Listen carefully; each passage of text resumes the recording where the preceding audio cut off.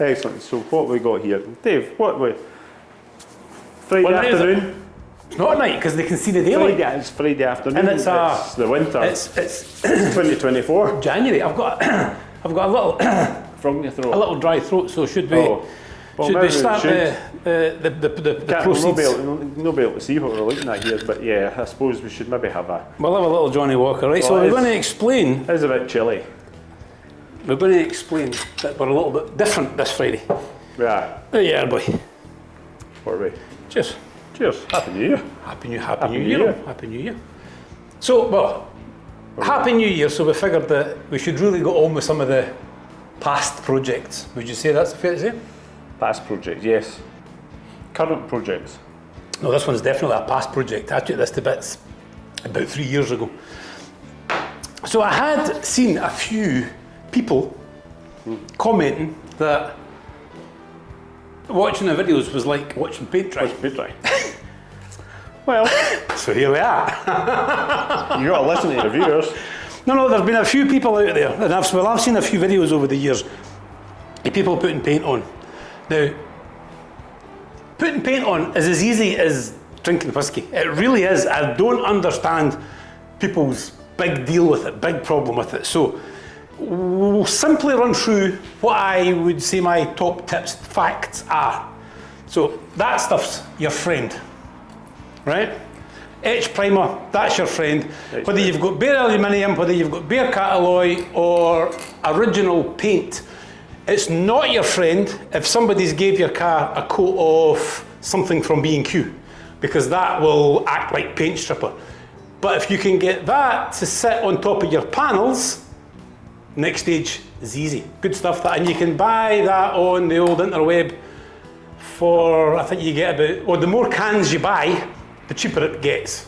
And you get it down to about £4 a can or something. And a can does a panel. Yeah. So that's your primer, that's your undercoat. Wet and dry sandpaper, I don't know whether has that got a name on it? You've got the specs, it's got a rhino on it. Wet and dry sandpaper. Rhino wet. Buy the right wet and dry sandpaper, because when you use your first piece of sandpaper on your new car, that's the piece of sandpaper you use when you're doing your final panels.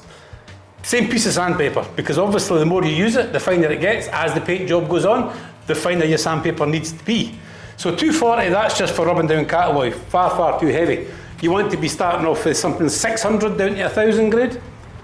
These little fellas, if you're just going to rub down an old trials car, old Scotch Brite, you can't go wrong with them. Basically, rub that over your panels. As long as it all goes nice and matte, they're fine. Again, I've no idea what grit they are. They're quite soft feeling, those. Buy, now the old Tractol, everybody knows the old Tractol paint. That's your, I'm not going to say it's cheap, but it certainly is not expensive. Tractol paint, that's what I've used for painting trials cars, and they do all Land Rover colours and various other colours as well. And tractor colours, hence the name, Tractol. But this is the new one now. Well, I think that's actually the one. Yep, this is the guy that I use now, the Paint Man. In fact, he's actually got a little, that's good stuff. He's got a little card that you get when you buy a tin of paint. Now, don't get me wrong, he's probably going in at, and don't quote me on this, I wouldn't say he's twice the price of Tractol, but for somebody who's been using paint for a long time, the second you open it, it smells like old-fashioned sweet paint. It really does.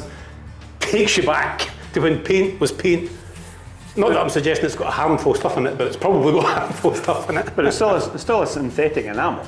It's a coach enamel. Yeah, you have to ask for brushable. This is the key thing here. Brushable, rollable, if that's a word. Brushable paint, brushable coach enamels is what you're after. Yeah. You've then got to go down to your, do not go to B&Q, go to your local Crown, Dulux, whatever centre, your paint centre. These are Crown professional rollers. Now, I've seen some people on the old interweb. These things, right? These things, well, I'm not even going to suggest what they look like and what they're actually for. Throw them away, right? These things, throw them away. They wouldn't be able to see that. That's These the are word the things that you're after. If it looks like something that the ladies use, you don't want it. Yeah, it's a bit too fluffy. Now this is a minefield though, because how do we even get you The showing ones that I one? want to use. So, It has to be tight foam, so it's like a sponge. It's like, but it has to be quite a dense, smooth, Yes. tight foam. I don't have a cheap one here. Have I got a cheap one here? no, to be fair, the ones I got out of Wix, ones I got out of Wix were like that. Yeah, they've got to be smooth, yeah, because the ones that you can actually see, Oh no. good way to explain it, you get aero bars and you get whisper. You don't want aero bars, you want the whisper. Does that make sense to you? No. Whispers. Whisper's got tiny, tiny, tiny little holes, much denser kind of foam. Alright. That makes sense to you?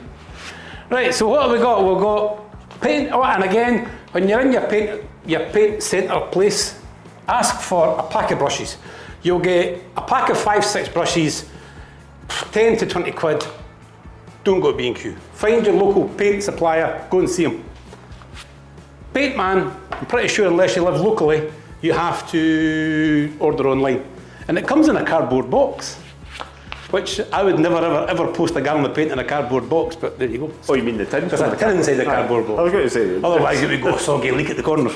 I thought you were saying things like a carton of wine. A wine box. That's yours. That mine up there. Yeah. Fixed. Yeah, I've used the same. Tractol. What's the other one? Tecoloid. Tecoloid? Tecoloid's from Tractol as well. The Tecoloid is their coach enamel as well. So basically, as long as you ask for the brush, Ah, yeah. that is the key word there. Now there is another thing, alcohol, right? Now alcohol is your friend. What'd that mean? Pure alcohol. Pure alcohol. Well, I dare say you could use a bit of the old grouse up there, but Oh, it might be a bit. Don't know if that would. now you do get tack cloths, which are quite tack cloths. I mean, it's a good thing. We just don't have any today. So what we have is some alcohol that even Neil wouldn't drink, It's a mess. and you basically nice little clean cloth, and you basically just take off any fingerprints. Right. Do not blow the dust off, because all you will do is you will spit on your door. And then when you go to wash your car a couple of weeks from now, you'll see all these little lines. I wonder, what is that? That's because you've spat on the door. This is pretty much me just wiping some methylated spirits. But as you can see, what it does is it just lifts. Oh, let's see that cloth again. What's actually good?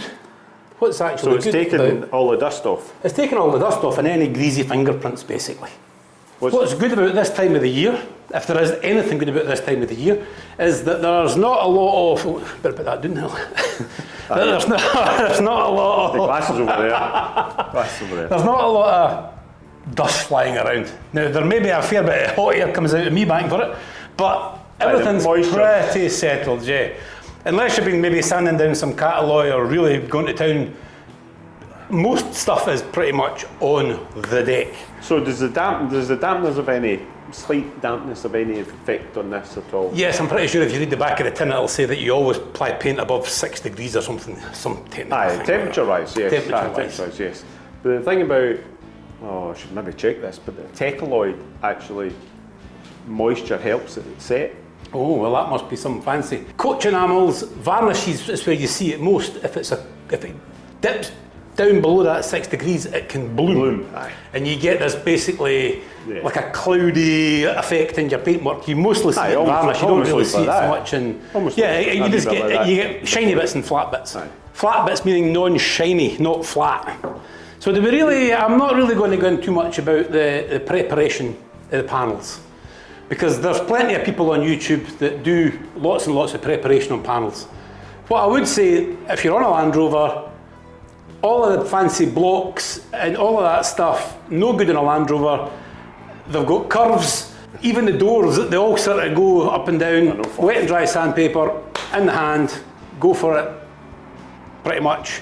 But like I say, there's plenty of people preps. It seems to be the top coat that people are scared of, which we are definitely not scared of. So is this the top coat you're doing? So this is top coat. So I've given these a top coat, and then I've rubbed them down and give them a second top coat. Because two thin coats is always better than one coat. Paint is not self-leveling. Even if you put a door line flat, if you've got scratches in it, sand scratches in it, orange peel dimples in it, paint will only mimic what's underneath. Doesn't matter how heavy you put it on, it will not fill the scratches. Yeah, they'll emphasise it as well. They can does. emphasise it, yeah. In fact, Just make it look worse. paint actually draws back from a 90-degree corner. So if you've got a scratch on a panel and you put paint in it, it doesn't matter how much paint you put in it, when it dries, there'll be no paint down either side of the scratch. That's also the top tip for going down the doors. See when you're sanding down? Get a build up on them and leave them alone, because paint will always draw back from a corner. Not actually sure why, but that's how it does. That's what it does. Science. So here we go. Chemistry. Now it's as simple as this. This little fella here is the paintbrush. This little fella here basically just basically slabbers it on like that, right? This is pretty much just your application. So all of a sudden this first part of the door here becomes my little roller tray, where you basically just get your roller wet. See, you need a wet roller. I should have done that kind of previously. So there's a nice wee kind of wet roller in there. Now rivets. Rivets now, well, where do we go with this? What order do we put this in? We're going to paint these panels lying flat just because it's easy. But I always stand the panels up because gravity and dust is not your friend. Because gravity, all your panels, all the dust lands on the panels. And you see, this is not rocket science. You getting this? Definitely not rocket science. Although we did actually, saying that, we did actually pick up a little bit of muck that came out of that hole, which I should have cleaned out.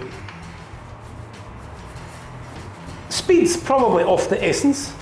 You've got to keep paint wet. No dry edges. Got to keep it wet. But you don't try and leave it thick on there. No, you can't You're leave working it. that in. You can't leave it thick at all. Some paints actually, the Tractol actually prefers to go on a little thick. If you put it on too thick as well, you get a whole load of bubbles, which you don't really want. What's actually really good about rolling is it almost gives you a little orange peel. Now even your fancy car brands, we're not going to mention any, if you look at their paint jobs, they're like the surface of an orange. Now your roller, as you'll probably notice, has got a round end and it's got a straight end. See? Round end and a straight end. The round end, if you lay off the round end, that's your soft edge. If you lay off the other way, you leave a line. See the line? We don't want the line. The line's not what we want. Go and do that again. So we basically, if you lay off that way, see the line? See the line? If you lay it off going the other way, it's a soft because it's a curve. See? It's a bit like rolling back your masking tape when you mask something off if you want a soft edge. Another way to look at paint is like a brick wall. If you start off thin at the bottom and you start putting bricks out the way, it wants to run. But if you keep paint nice and smooth, flowing even, it'll not run. The only place paint will run is around a rivet. Now, you get a little reservoir, if you like, of paint around the rivet because you want to make sure you've got around the rivets. Pretty sure there's a tongue twister there. Is that a reservoir around the rivets? A reservoir around the rivets. Run the rugged Driscoll or whatever that is. So you make sure that you've not got that little reservoir around your rivets before you stand the panel up. Or if the panel is still on the car, just make sure that you don't have a little reservoir. It's like, say, also that little crease, that little line along the door there. That's the places that a little reservoir. Now, what we have to do now is basically along there you'll basically get a little.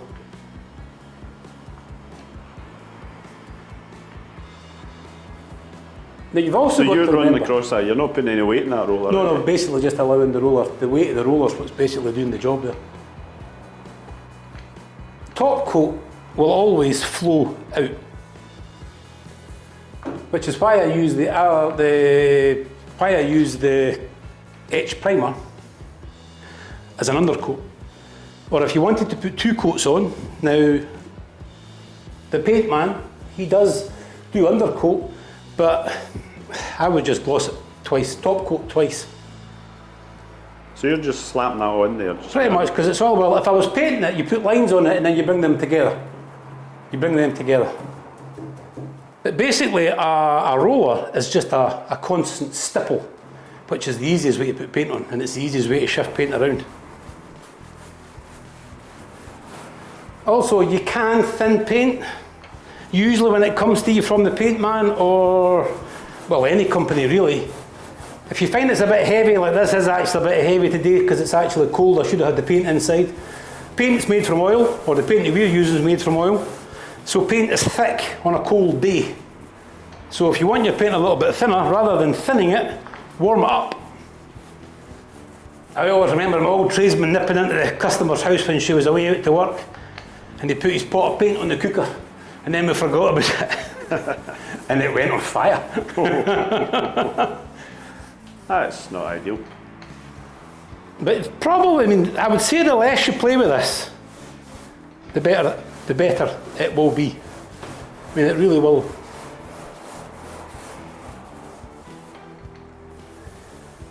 So what people need to remember is these are old Land Rover doors. I mean, how old are these doors that you're painting here? Well, these are actually repo doors. So but they're not the expensive ones. If I was out doing it again, I would probably buy the galvanised frame ones, because I had to take these skins off the frame because the frames had no paint on them. So you've got bare aluminium onto bare steel, and we all know what happens with that. So I had to take the skins off, paint the frame 2 or 3 times, paint the skin 2 or 3 times, then put the skin back on the frame. But they're not, what I'm saying is they're not brand new doors though. No, they're not brand new doors. No. But this is, I'm not here to say that this is better in any way than getting your car done professionally. What I am saying is, including the brushes, the rollers and the paint, you should be in your garage, with a little bit of effort, you should be in your garage and you should have your car painted to a reasonable standard for under the £100. Whereas, I mean, even a basic paint job in a spray booth, well, I can only assume that they'll start sort of at £1,000. All the way up to, well, sky's the limit really. We all know that there are incredibly expensive paint jobs out there. So roughly how much paint do you need to paint a, well, this is a 90. If you've got a 90 or a Series 3, short wheelbase, a short wheelbase car, if it's in reasonable condition, you'd probably paint it with a litre of paint. A litre of paint would give it 2 coats. But to be honest, for the difference in the cost between a litre of paint and a 2.5 half gallon in old money, then you're always better with the half gallon.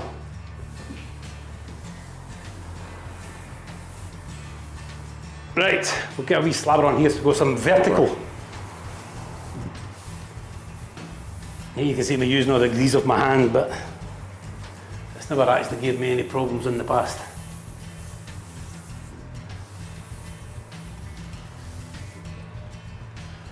Right, and so, vertical, what we are looking for is the seams, the joins, the bits that the roller does not get into. So you basically take the brush along and put the paint in the seams, in the bits that the roller is just not going to get in there. The roller is just never going to get in there. So that's where you start off with putting in your paint. Stick it in all the seams. Now again, if you basically take a panel at a time, you don't have to worry about your dry edge coming along. A dry edge on a summer's day with this paint could come along, I don't know, 5 minutes, 10 minutes on a warm day, and you're basically not going back to it. So a colder day gives you that wee bit extra time. I've been caught out with that. If you start working it on a warm day, you work it too much, your roller ends up disintegrating and sticking to your panel. Again, it's why you don't want the wrong rollers. And you can, I mean, I used to paint many boats with 2-pack. 2-pack paint can be rolled on, but you just have to buy the correct rollers for 2-pack. Otherwise your roller absolutely disintegrates like you were just talking about. So there's one big advantage of painting with a brush. Right, I'll tell you what I think. One big advantage is you don't have to mask everything up. But yes. That's a massive time-saving effort. work-wise, there's probably about the same amount of work in both. But there's less time in the masking and there's less time in clean-up. Cost-wise is the main one. I mean, and if you're set up for spraying, then obviously that's what you do. But your average person can go out, buy a roller, buy a tin of paint, rub their car down, and go for it. And, I mean, at the end of the day, it's an old Land Rover. The first thing you're probably going to do, well, at some point you're going to drive it through a hedge, and you haven't just spent £1,000 on a paint job. I think you probably say that there's more paint goes on. I mean, I would think that I'll probably put twice as much paint on as you would if you were spraying. But as you can see, I mean, there's no great difficulty in this, is there? It's all about getting it on, getting it smooth, before it wants to start going tacky, and then leave it alone. My old tradesman used to tell me, and this goes for many, many things in life, is look after the corners and the middles will look after themselves. And it always makes sense to me. I think it was actually when I was cleaning windies, but if you look after the corners, the middle will look after itself. Now, I'm not that fussed about going in there because, well, it's all been bashed at some point, and the front panel, I'm putting standard 90 panels back on it there, so anyway, so that's what's going on with that. So this old Land Rover came to me about 17 years ago when it was probably around 10 years old. So it's a 97. So it's probably around the last of the 300 TDIs. And when I got it, it had been upside down. And I got it and I painted it all black, which was the fashion at the time, and it was a nice wee black 90. And that paint lasted on that car for 15, 16 years. But it was looking a bit tired. A lot of the panels were showing signs of distress. They all had that horrible bubbly stuff. So I basically took a copper wire wheel and a drill and then a grinder, or a wee brass brush basically. And I dug out all that horrible white stuff, that powdery stuff. We got rid of that. Bit of cat oil in there. Wee bit of the H primer, a couple of coats of this. So these were not good wings. These were definitely not good wings. And it's back to that thing that it doesn't matter how much money you spend on the paint job, when it's aluminium and it's got that horrible stuff in it, it's in it. And if you don't spend a lot of money on the paint job, you can change your colour, you can change. So as you can see, we're going for a little sort of a retro look. We're going for a little retro. So what colour is this? Oh, I can't remember. This is the russet brown, I think. Can't see the label. Can't see the. I think this is the russet brown. And what's the hardtop? The russet's just limestone. Limestone. So it's the colours of the A, B registered 110s. But I've done it in the what would be the word? I never liked the 90 because the 90 painted the sides of the hardtop. The same painted the sides of the hardtop brown. Oh, that's right. So but the 110 always looked much, much, much better. So that's why I painted this one with the hardtop. And the door tops, they will be going cream as well. So again, if you get a little bit of confidence in your abilities, you can take your car, your blue 90 into the garage at the weekend, and on Monday morning it can roll out a red 90 or a green 90 or a whatever 90. I think that's one of the problems that over the years quite a few have done and come back out, well, not just with a different colour, but with a different number plate on it. Well, I think what's quite funny is that fashion change, because everybody wanted to make their old Land Rovers look like new Land Rovers. So for a long time, everybody was taking these old Land Rovers and painting them metallic grey. God, everything got painted metallic grey and silver.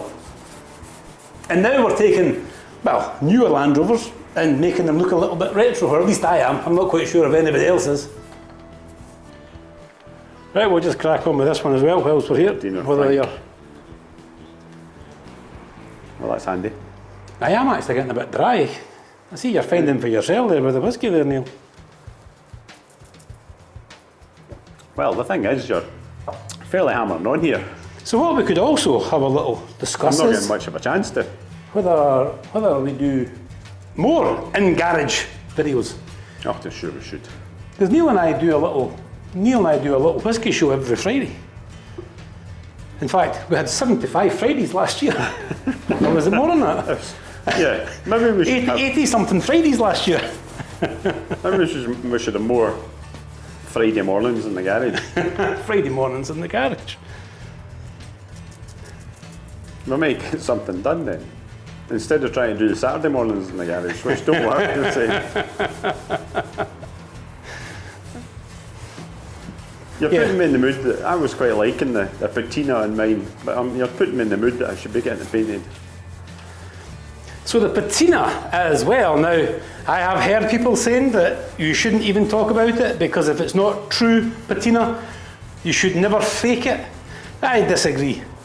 So, if you then take your wet and dry sandpaper and then understand patina, don't just treat it like a piece of shabby chic sideboard.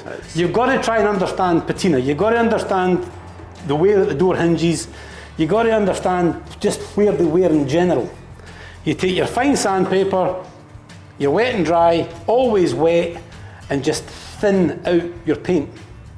It's where the muck gets chucked off the tyres and where the wings catch the rain. And if you don't want a shiny Land Rover, and I know you can buy satin paint, but satin paint doesn't flow like gloss paint. It just doesn't. It leaves you a sort of a thick, it just doesn't. So in theory what you do is you use gloss paint and then you wet and dry it down, and that gives you you age it. You basically just hurry up the aging process. Oh, we know we should mention just now, when you're talking about patina, so you get guys that model Land Rovers and they add patina to Land Rovers. And one of the biggest mistakes that a lot of them do is they add rust.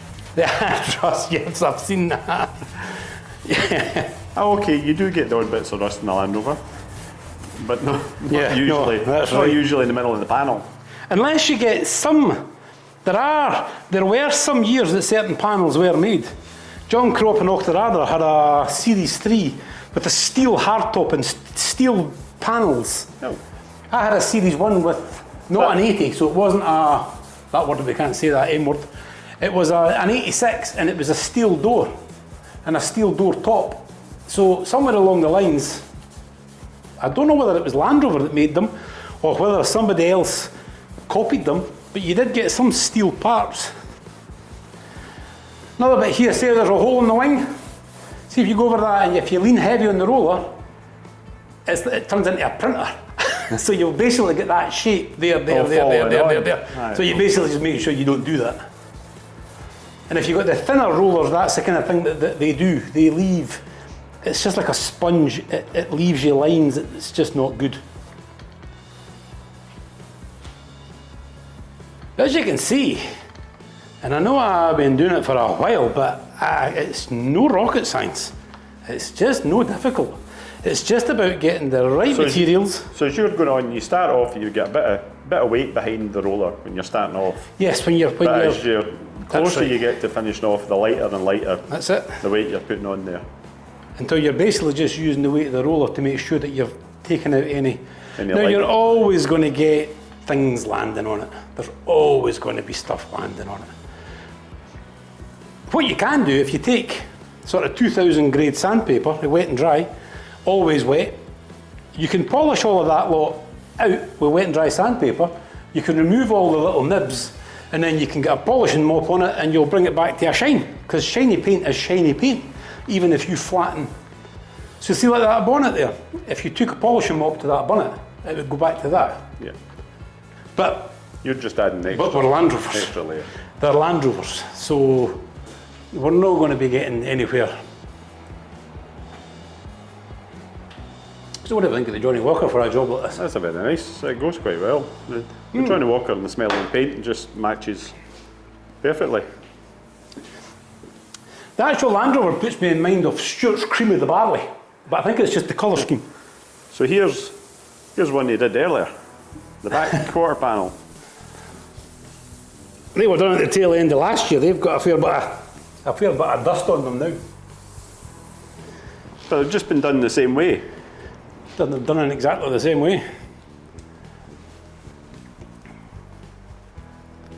So obviously you can see there's a wee bit of orange peel in this just now, but that'll smooth out as it.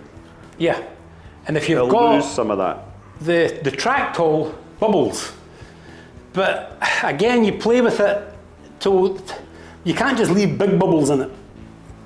But this, if you put this on heavy, it'll bubble.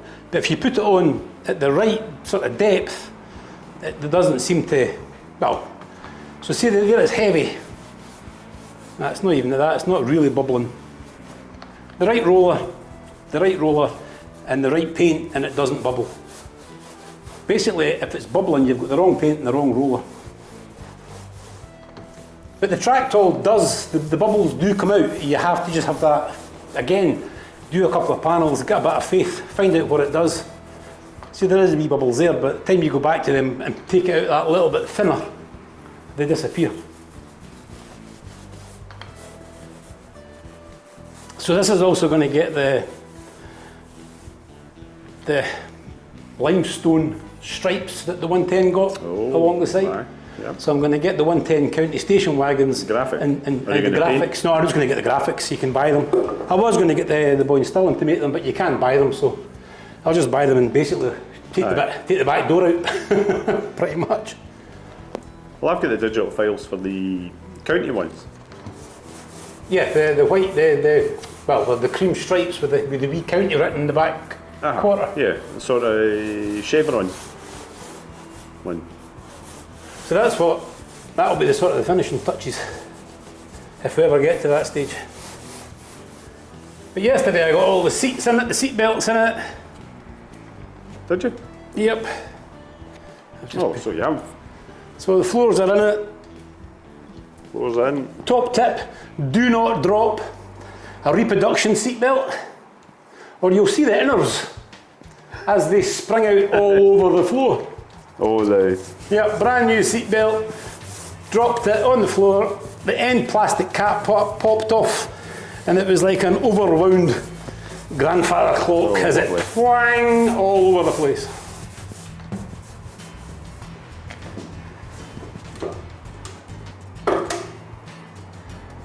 So again, I mean, we've got quite a big area here. It is quite a big area here. And basically just keep moving. Just keep it moving. It's not really about the direction, because there's no grain, it's all about just whatever direction you need to go to get it smooth, to get it even. And you'll start to see it because of the bubbles. You'll start to see which way, where it's deep. See if it's deep. If it's deep, you'll see it because you'll leave bubbles in it. So that's basically just ready for laying off now.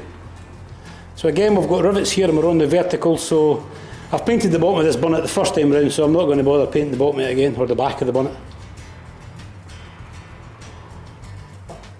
But see, years ago with just a brush, if you were coach painting with just a brush, these rivets would just be a problem. But the roller, because the roller stipples, it removes that little, it lifts. It lifts it off, eh? But I can't stress more, I mean, top coat will only mimic what's there. And we're not going to go down the preparation, but top coat will not hide anything. As you said earlier, it'll actually just make it look worse. A lot of the time when you're painting a Land Rover like this, it's really just about freshening it up. It's not. In reality, if you want to use your Land Rover the way it's intended, you don't really want to be too precious about it, do you? Well, what we've got here is a Land Rover that I've had 7 years use out of now. I've towed my race car, I've towed my trials car, we've done tyre rows with it. It took me to my work. It's actually been my work's van for 16 years. I put a new chassis underneath it. I've done little bits and pieces to it. So that's why you took it apart? That's why I took it apart, because the chassis on it was, well, a disgrace. It was an absolute disgrace. Swiss cheddar cheese. It was terrible. Interestingly enough, it still actually had 6 months MOT in it. But it was absolutely terrible. I'm just quite pleased myself that, touch wood, I've not walked into anything yet. So there you go, that's what, how long has that been? Half an hour? And you managed to paint 2 doors, 2 wings, front panel and the bonnet. Yeah, I mean, it really does not take long to paint your car. Maybe take you 6 weeks to get to the stage that it only takes half an hour, but we've only had 1 dram. So this is your 3rd coat for this? The 2 on this bonnet. So, well, basically, it's had a, the bonnet didn't require an undercoat. It was basically just a black bonnet. So that's had 2 coats of brown. The rest of the panels have all had an etched primer, well, Catalloy, an etched primer, and 2 coats of top coat. Now at this time of the year, you really can go back and make sure that everything is as it should be, especially on those vertical surfaces. But I don't know how well you can see that, but you can just tell that that is smooth and even. Now you definitely get little bits of grit in it, but what you've got to remember is 50 quid paint job.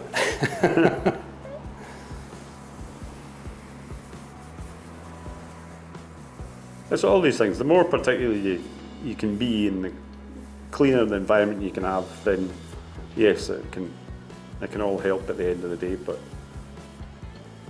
as you say, with this kind of paint, you can buff it back, you can polish it, polish and compound and do what you want, go as far as you want with it. But what you have to remember is it's old aluminium. Now the 90s were a little bit better. The aluminium was a little thinner on Land Rovers, but the 80s, in fact there's an 80s door line over there, they really did have that rust, that oxidisation, that white stuff. Now, unless somebody out there has got a cure for it, which I really can't understand, once that's in the aluminium, and it was always in the aluminium, that's the problem. Doesn't matter how expensive your paint job is on top of that, that will come, it'll always just keep coming back through. So we've got a little... Oh, your back door here. Back doors seem to be the worst. That's off an old C plate. I don't know whether to repair it or not. The problem is that the new ones that you buy are absolute junk. They don't even seem to be the right shape. Well, I don't think they ever were the right shape. Just make sure the rivets have not got wee reservoirs at them. And that's it.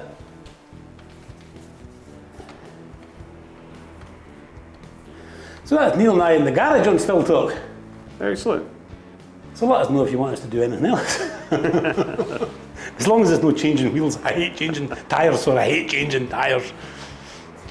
That would be a lot of beep, beep, beep, beep. Well, Right, Neil, you ready for a wee dram? Well, it'll be on the Wonky Willow Workshop one as well. So yes, Maybe dram up here. I was going to mention that, well, this will be a first. This will be a 2-channel. Is that 2-channel video. You? No, I'll do that. That'll do me just now. Because this will be published to. Oh, dry. This will be published to. We'll try it in the Still Talk. We'll also try it in the Wonky Willow. Well, I'm not sure there's much Still Talk because there wasn't much whisky discussion in this one. There wasn't, no, but it's still there should still be you can still have a wee dram while you're doing a bit of work in your car. So the question we're Just a asking wee dram. them, just a wee dram. Yeah, just a wee dram. Well, it all depends on the job as well. But we're asking them, As long as you're not going anywhere afterwards. shall we do any more You should. things in the garage? What should we do? Because I've got lots of things that we should be doing in the garage. If we're sitting having a wee dram of whiskey. Yeah. We just need to get them finished. Now what I saw, What did you see?